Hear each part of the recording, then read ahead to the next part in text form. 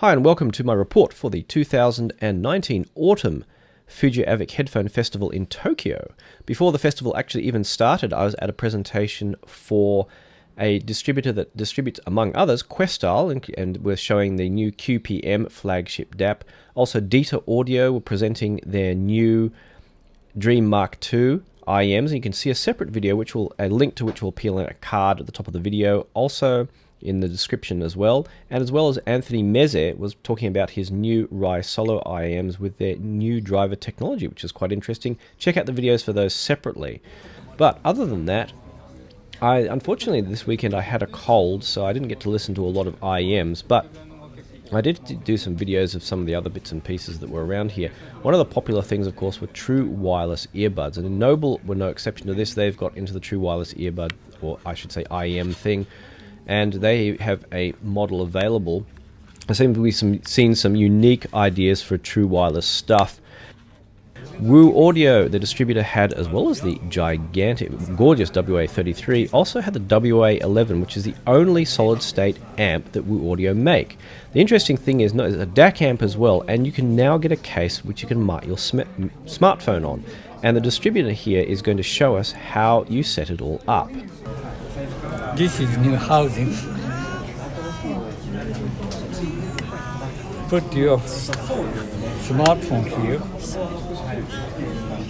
Then you put this. Close with this one.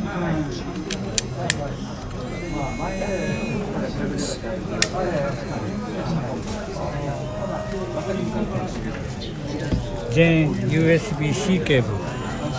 This side for the source and to DAC.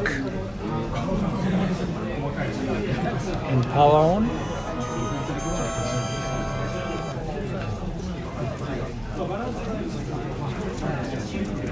Now you can listen.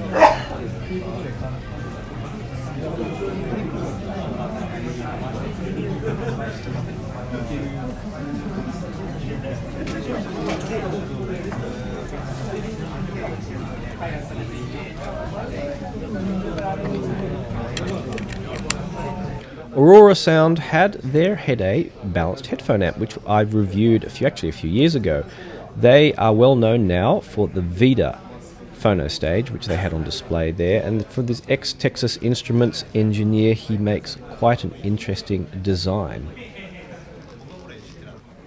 11 Audio were present with the Formula S, which is popular with some people for its power out for use with Hi-Fi Man Susvaras. Also, they had the Sagra DAC, which has won a number of awards. It's based on the Socris DAC modules. And they also had a preamp that wasn't hooked up to anything, the P1000. So we've seen before their Broadway series of amps. These little amps are battery powered, which is kind of why they're so small, but they have the most black background imaginable. And I talked about these in the previous year's video. An interesting new brand, Yongse from China, had some very fancy and I suppose what we might call Hong Kong style IEMs with, interesting, some very chunky cables and detachable plugs. You can see these cables are not only very chunky and very colourful, have these leather attachments on there as well. Although maybe not quite so portable in the sense, but certainly very, I suppose, Hong Kong style, if you like. The detachable plugs, interestingly, that were available on some of the cables use what looks like a kind of Lemo connector, it could be that, which are 45 degrees. And certainly detachable plugs are a good idea, because if you do buy one expensive cable, having to buy multiple versions of the same cable for a lot of money to use with different devices could be a real pain in the butt. Effect Audio, who I've seen mentioned all around Headfire all the time, had a new flagship cable, the Code 51, which they wouldn't tell me the price of. It's going to be announced later, but I do know that it's well into the 4 figures. So I don't know anything about their range, but I guess they go from a few hundred to maybe into the 4-figure mark for cables. And I suppose if you're a very big IM listener, that might be something you'll take an interest in. Maybe not me so much. Now, an interesting the company which I hadn't heard of before was Symphonia, and check out these gorgeous IMs, I guess, which is their flagship, the VR1s.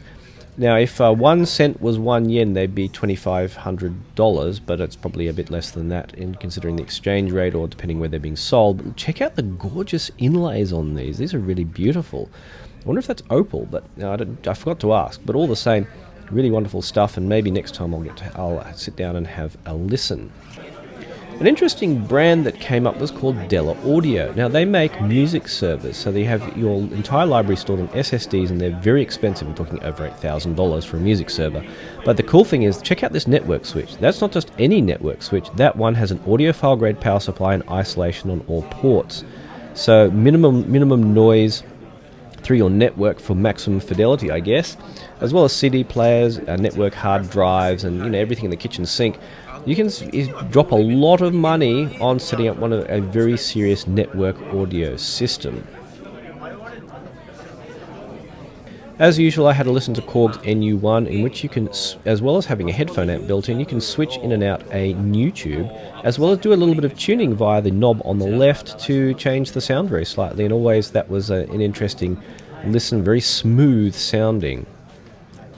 The Cayin as well was available with a HA300 headphone amp, which I do hope to get a listen to in the future, as it's absolutely gorgeous, and maybe I'll try some of their other stuff. I did review their N8 flagship DAP, which was really gloriously warm sounding and chibi sounding, in which you could switch in and out the Korg NuTube, and they had, of course, all their other DAPs on display, like the N6 and others.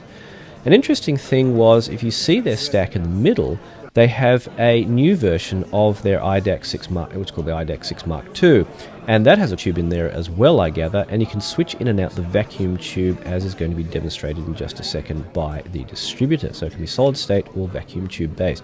Very cool.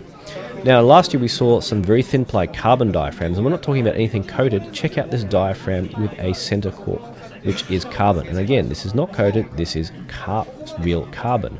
Getting super thin carbon diaphragms made is certainly a technological marvel, and I don't know, I think they may have shown up in some speakers somewhere, but eventually maybe they'll show up in headphones. And this is not, again, not a carbon fiber coating, this is real carbon fiber, and it's very, very thin and ultra light, and has quite a degree of rigidity as well, so hopefully these will show up in the future in IMs. And Menlo Scientific was on hand to talk about all the interesting issues with tech and design with materials, and a really, really fascinating person to talk to. Maybe we'll have some more information on that in the future. Advanced were there with, check these out, true wireless IMs, but they look like high-end IMs, not like your typical true wireless IMs which look generic. These look really fancy, and that little flick open case was really opened with a nice satisfying snap. The model of these, which will just show up in just a second, are called the M5TWS, and so that's a new one. I don't know how much they cost, but they do know that the custom molds they do for your many IM models do cost $150. So if you do have fit issues with your IMs and you do like them, consider getting these at $150. Maybe is quite reasonable to get an excellent seal. On our website, we have they also had a lightning-based adapter, the second from the top, which has a lightning port in the side. So not only can you listen to music from your iPhone or iDevice, you can actually charge it at the same time, which is a pretty clever idea, and it doesn't seem to add any extra and necessarily extra bulk to the design. Next, DEKONI with a new headphone case. Alright, so DEKONI Audio showing our new DEKONI Audio headphone savior, which is our carry case for all different headphones. One of the greatest things about this model, when we open it up, is it's big enough to fit an HD800, nor does the LCD2, a Utopia, which most headphone cases are not. So the baseline here is a nice thick layer of EVA foam around. We've got a divider here, so you can fit your headphone in, no problem. Even a big, large headphone like the HD800. We've got a pouch up top. You can either stick the cable up there, or you can fit the cable in next to your headphone on either side. So I'm going to put the cable in here, the headphone. You can put a player up top, other accessories up top, adapters.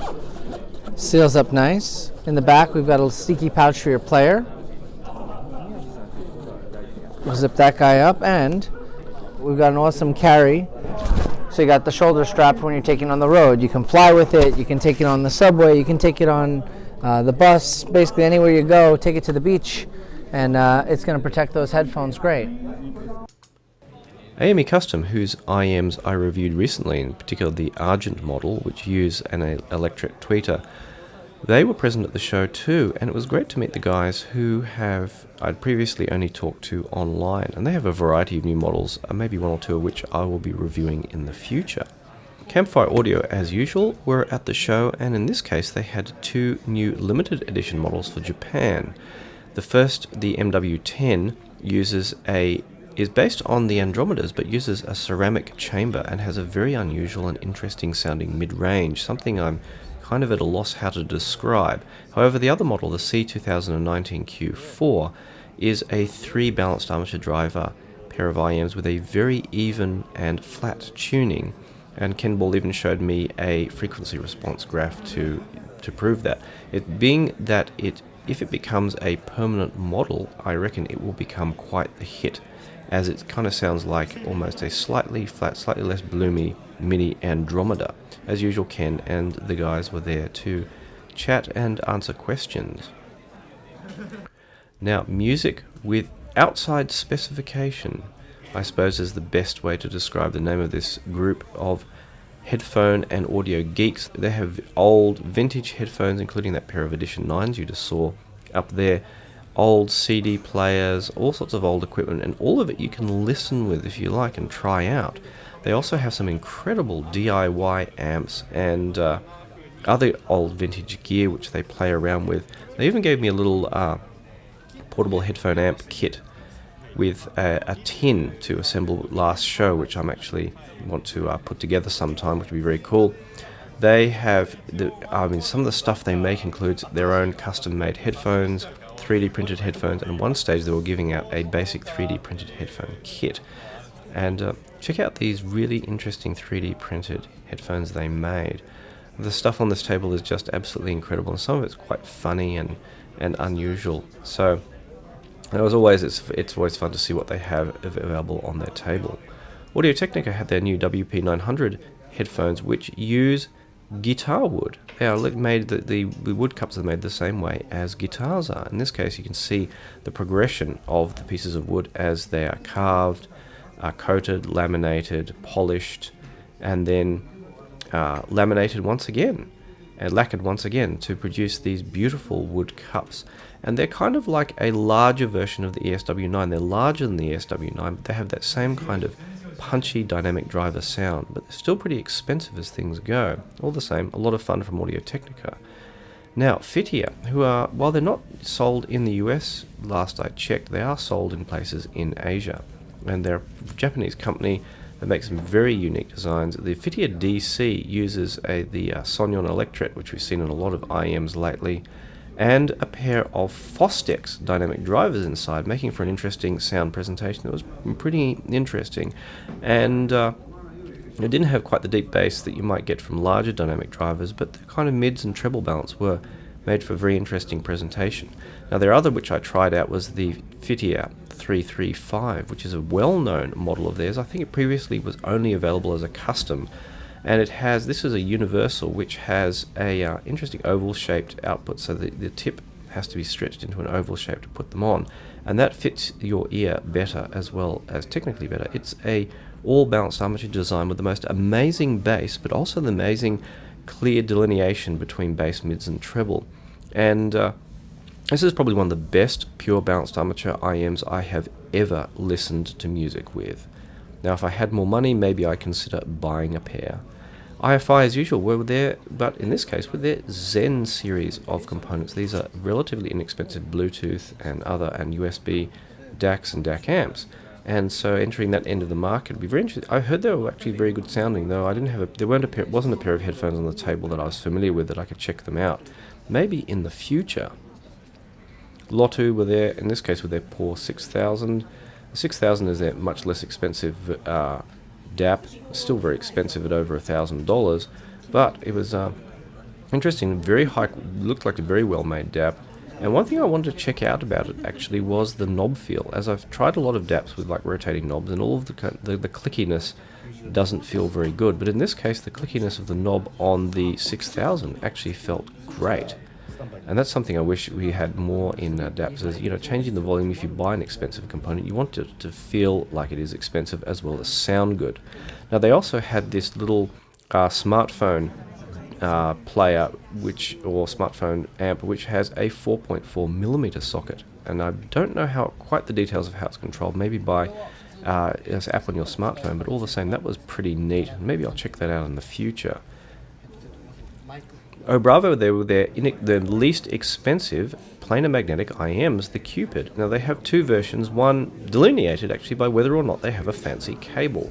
Now these are well under $500, I think under $300, or maybe even cheaper than that still. And they had a very punchy sound, or not the most refined, obviously being kind of down at that price range, but still very entertaining and kind of very enjoyable for something that's relatively inexpensive, and certainly a presentation that is very different to your regular kind of balanced armature or dynamic drivers. Now another thing they had on there was their top-of-the-line model, and their top-of-the-line model, now how many $1,000s is that? Well, this one takes the cake at $10,000, the Model 0 costs. These of course have a planar driver inside, and in this case ceramic chambers, although I gather there are other versions with other chambers available on different sounds. I'm not particularly a fan of the ceramic chamber, but the sound was extremely clear and extremely good, all things considered. So maybe with one of the different chambers it would be fantastic. I'm not sure it would be quite $10,000 fantastic as $10,000. Can you get $10,000 sound quality in IMs? But all the same, it was fun to check them out, and I braved my not feeling too good to actually give them a listen. Now, Tralucent, who used to be owned by a friend of mine until sold to another company, their new flagship has dual inputs. And check out this cutaway version of it. Dual inputs for the highs and lows, in which they were plugging into a very unique setup. The setup used, as we'll see here, 2 Korg Mojos. That's right, one for the highs and one for the lows. Not that it would be necessary, because the Korg Mojo has a very low output impedance, but you know, if you're spending what amounts to probably around $4,000 for a pair of IMs, maybe why not? And the nice thing, of course, is because the Mojo can have its volume adjusted in increments, it was no problem keeping them left and right perfectly aligned. And they had a very fantastic open and very clear presentation, very high end, and really fantastic to hear. MASSkobo. They have, probably was one of the most expensive amps. You'll see $20,000 for the Model 406, and it has the most amazing presentation with hi-fi man sus varas of any amp I've ever heard, bar maybe a top-end speaker amp.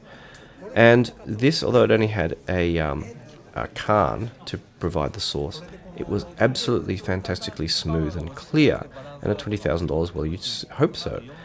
Masanori Matsuda, who is the proprietor, actually makes pro audio gear, and the microphone I'm using at the moment is one of his, which is why my voice sounds extra clear at the moment. And he has been making stuff for a very long time, and usually services the pro audio market, though he's branching off into things like this exotic faceplate. So for around $27,000 you can have a version of his flagship amp with an engraved gold-plated chassis. How very cool. Stax were there with their new amps, the 007T and their 727 now use a different input stage, and they're in a larger chassis as well. And I had a listen with the Stax, the 009s, and it was again a very clear and very nice presentation, but it didn't have the bass kick of their T8000, and of course might not have the bass kick of some other high-end amps that you can get for Stax gear, but all the same, it just reminded me how so much superior some Stats can be in terms of presenting music. But the real flagship was the SR1A from RAL. These things kicked ass to such a degree I cannot compare. Even the dynamics were so good. Even listening to Patricia Barber, it was like having your ear up against where the mic was. And even when her voice jumped up a little bit, the dynamics, the lack of limitation on the dynamics was so extreme, I felt worried for my hearing.